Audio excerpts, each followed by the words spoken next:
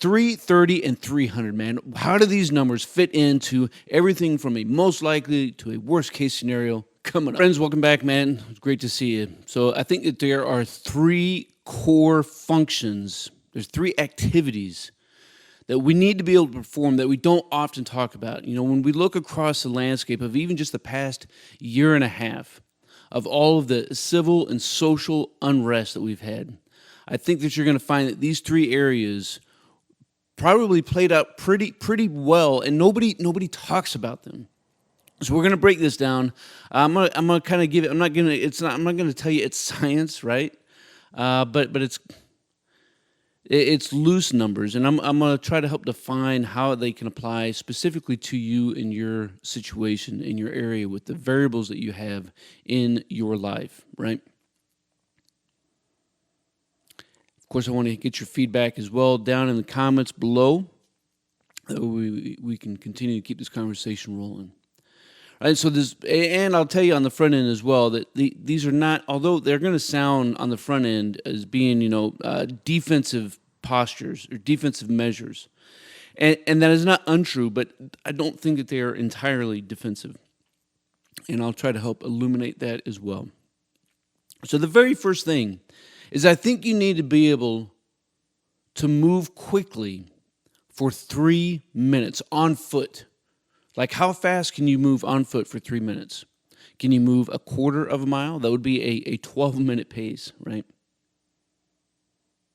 Could you move a third of a mile? That would be a 9-minute pace. Could you move a half a mile? Now, you may not be able to do that for an entire mile, right? That'd be a 6-minute mile. But could you move a half a mile in 3 minutes? Do you know how far you can move in 3 minutes? If you do, let me know. I think in 3 minutes, I could probably move certainly between a half a mile and 3/4 of a mile.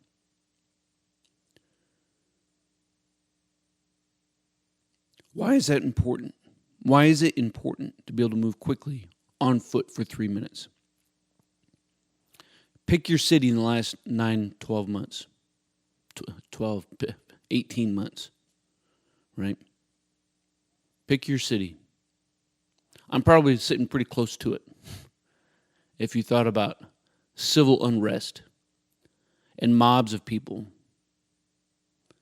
moving through an urban environment, causing unrest, breaking and smashing windows, setting the city on fire, forcing ultimately an entire riot squad to quit.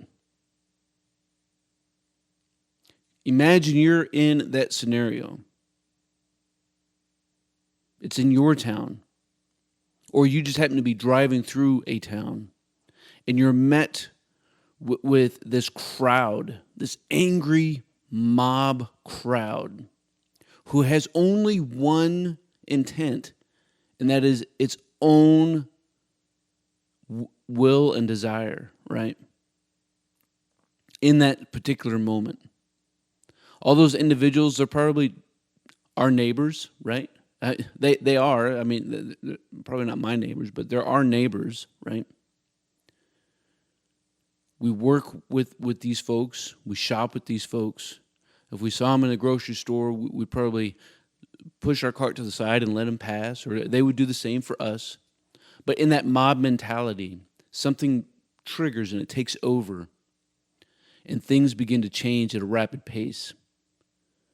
And it turns out that the only thing that matters is what the mob wants. And what it doesn't care about is you in that moment. It will roll right through and over you and everything that you care for.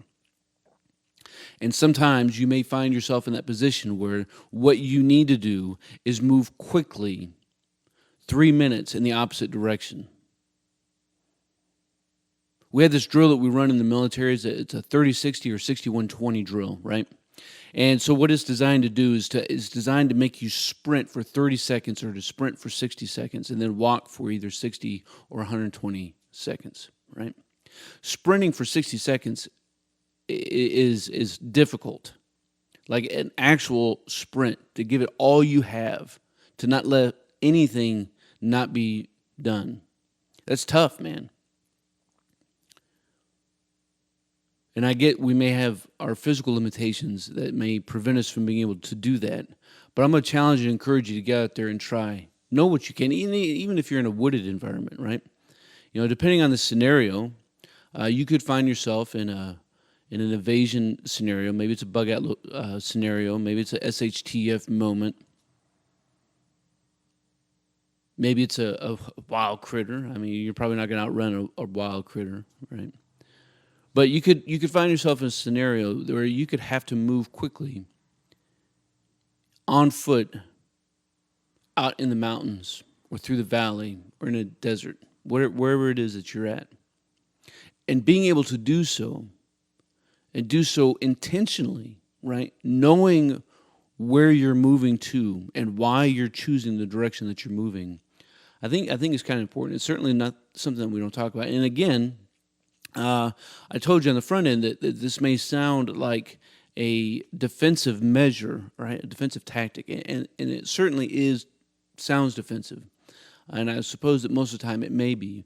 But there could be times when you have to move offensively, right? You have to move to a location quickly.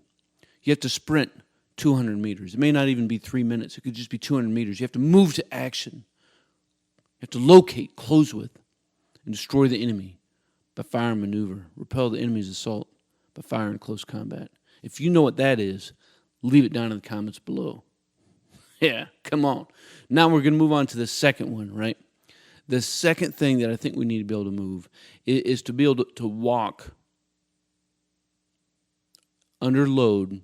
And I'm going to say 30 miles, right? 30 miles. And I'm going to tell you on the front end that I know that that's going to be different for everybody, because what I'm trying to tell you is you need to be able to walk home.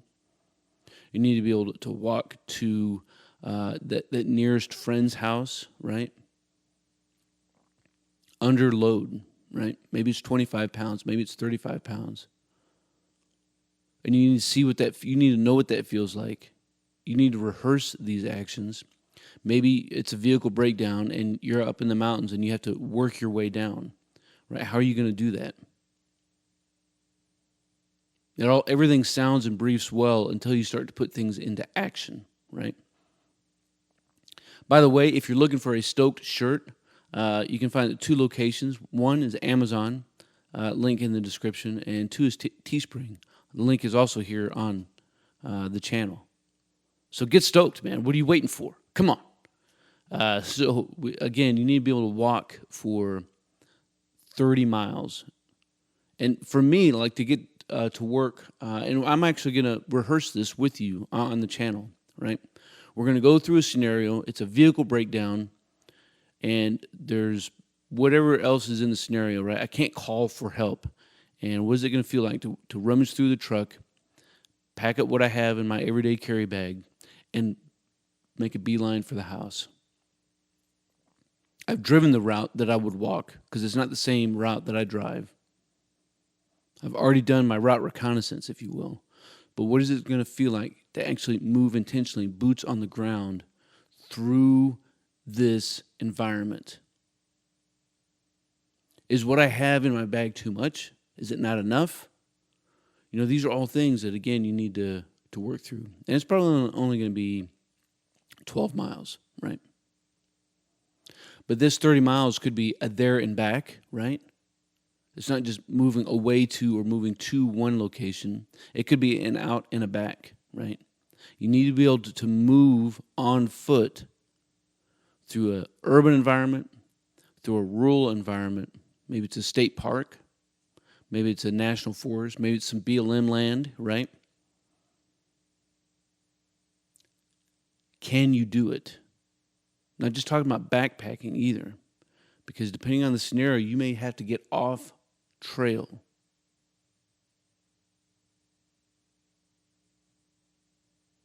Something to consider. Hey, the last one is I need you to be able to drive for 300 miles. Right? Now, the tendency I know that a lot of us have is to wait until that gas needle gets all the way to the empty. I guess if that'd be empty for you, right? That's empty for me. This would be empty for you, right? We wait for it to get empty and then we fill it up. But I'm going to caution you against that. For my truck, 300 miles is about half a tank. So every half a tank, I go ahead and I fill it up. Now that 300 miles could be a moving away from the metro area, right?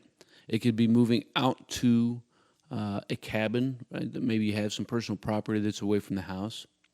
It could be moving to a friend's house, a loved one who lives outside of your area.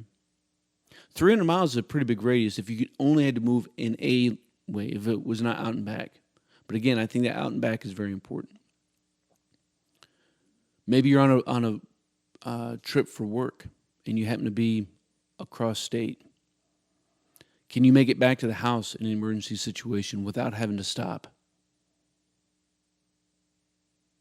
You can't do that if you don't have this ingrained in your mentality to keep your gas tank full or mostly full, right? You're going to end up somewhere and you're going to extend the range of your vehicle and potentially put yourself in a position where you can't fill up. And listen to me, friends, if you've never been into like the Southwest or the West, we there's not a city every 5 miles like there is on the East Coast. There was times and locations, I can speak for experience in New Mexico, where if you passed a gas station at night that was open, you are a fool, right? And you still are, because pumps shut down. You can't even pay at the pump. And you could find yourself stranded on the side of the road just another 10, 15, 20 miles because you thought you were going to be able to make it to the next exit. And there wasn't a next exit. The next gas station was 60 miles away, right? Something to consider, right? Being able to move and operate your vehicle and your family's vehicle, your loved ones, right? Can you all meet at a particular location together, driving 2 separate routes to get there? Can you do it, or is it going to be impossible for you to do it because you didn't plan for not even just a SHTF moment, but maybe it's just a most likely moment, like a building collapses, right? And you want to move out, right? You got to take an evacuation route. It's not like we've ever heard of it's not like we've never heard of a building collapse, right? So let me know what you think down in the comments below. Man, that's what this channel is all about. All about these 2 things, right? Mastering our field craft and developing our tactical virtue. If that's what you're into, man, you already know what to do. Subscribe to the channel, but make sure you click the notification bell. And if you're on your mobile device, hit for the push notifications, because that's the only way that you can be guaranteed to be notified when some new content drops. Leave some comments down below so we can continue to emerge this conversation in this community so that we can sharpen and hone ourselves. Consider sharing it out with a battle buddy or a friend, a loved one, a neighbor who may need to hear these 3 things. And until then, man, you stay out there and you stay stoked.